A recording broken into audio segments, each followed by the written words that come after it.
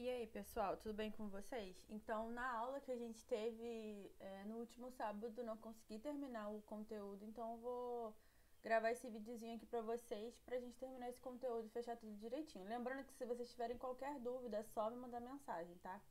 Então, vamos lá. A engenharia genética é um ramo da biotecnologia que utiliza um conjunto de diferentes técnicas que vão permitir a manipulação do material genético, tá? De vários micro-organismos, não só de animais, mas, por exemplo, de bactérias, de fungos, enfim, outros tipos de organismos também.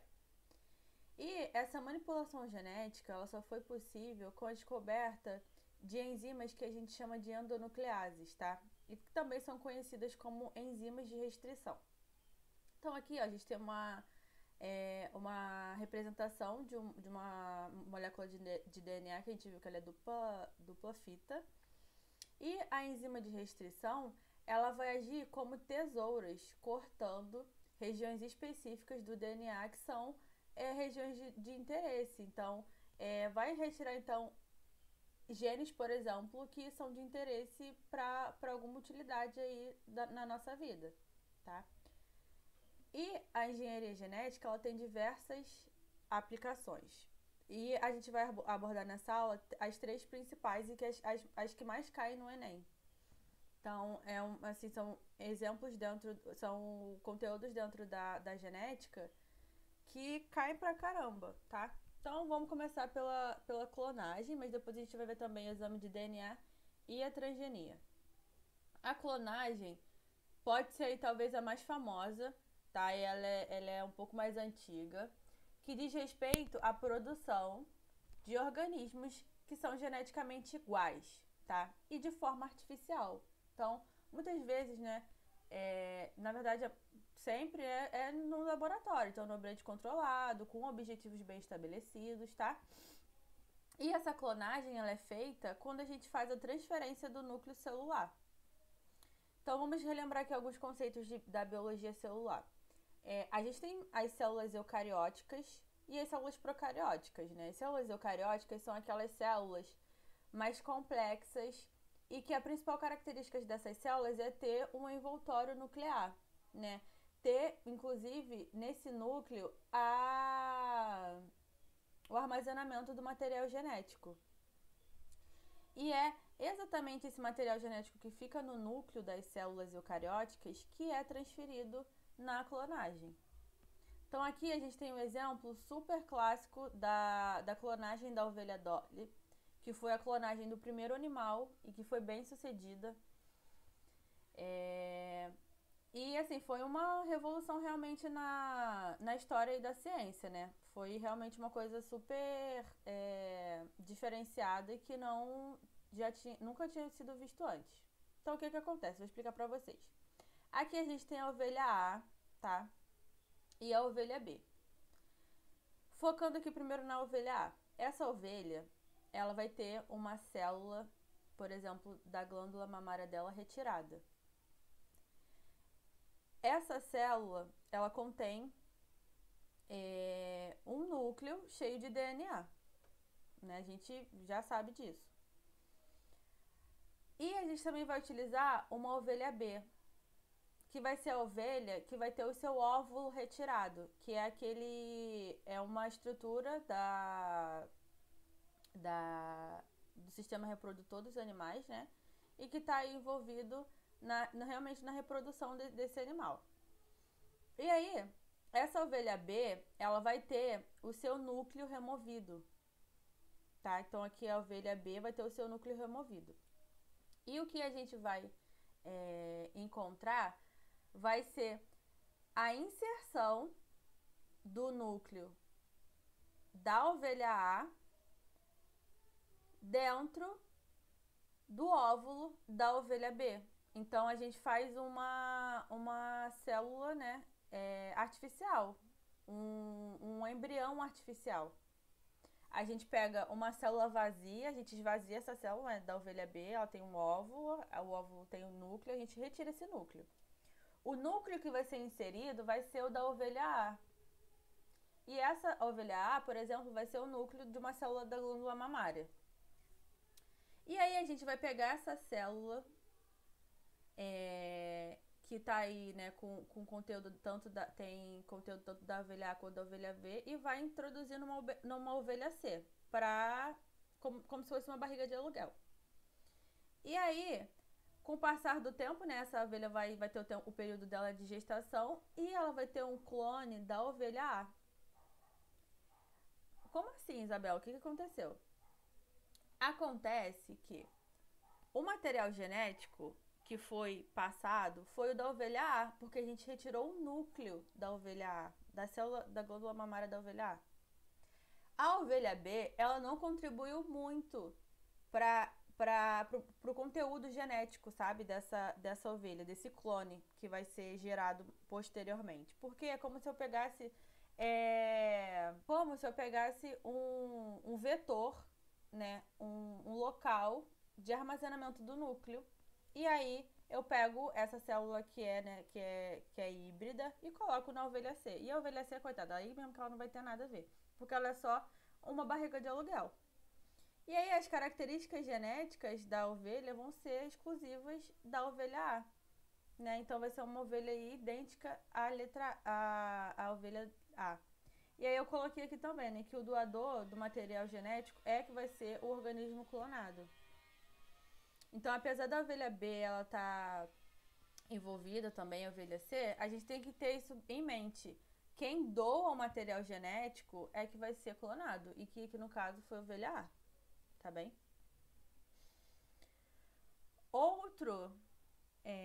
Outra aplicação muito comum da engenharia genética é o exame de DNA, tá? Esse exame de DNA faz uma comparação do DNA de indivíduos diferentes, procurando similaridades e diferenças.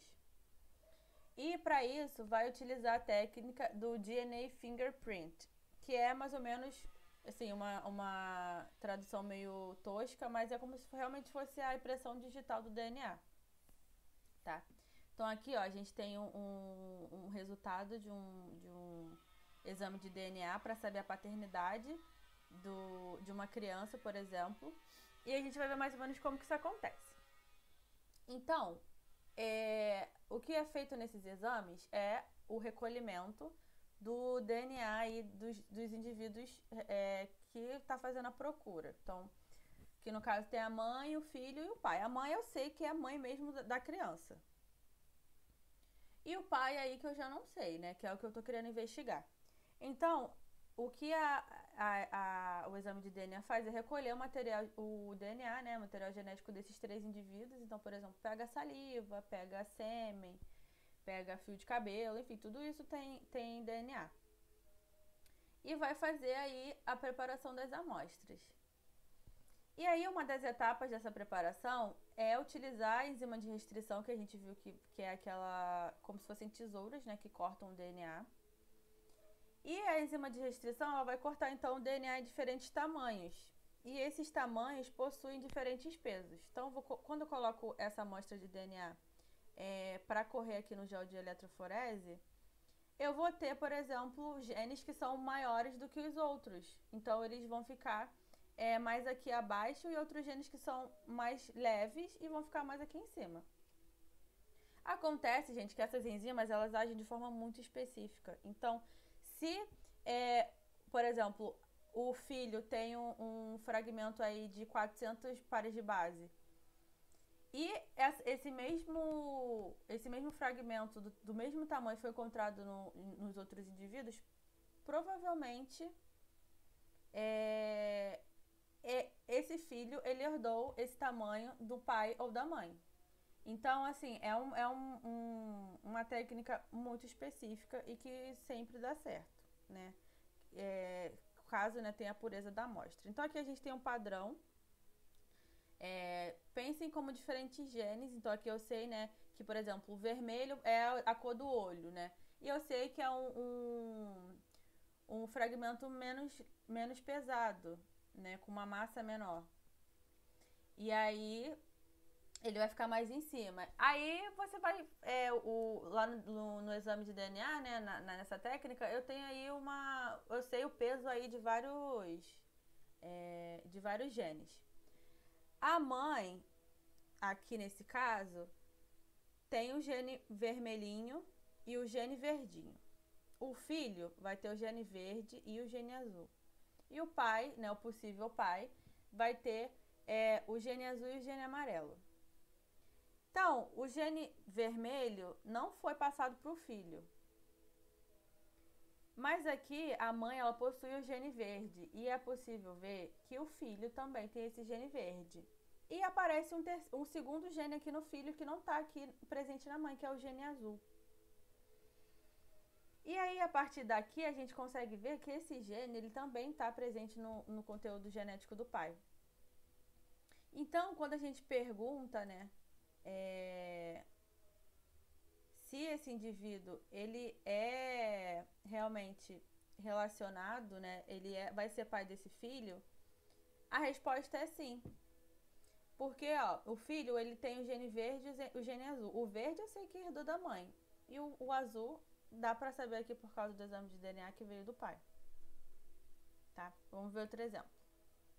Então aqui, essa mãe, ela não sabe quem é o pai da criança. Então eu tenho um possível pai 1 e um possível pai 2.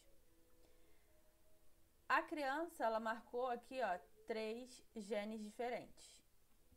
Os dois de cima, eles vieram da mãe. Então, o objeto aí de comparação vai ter que ser esse terceiro gene aqui. O que está mais abaixo. O possível pai 1 marcou 2 genes. O penúltimo e o último. E esse possível pai 2 aqui, marcou só esse aqui que está mais mediano aqui na amostra.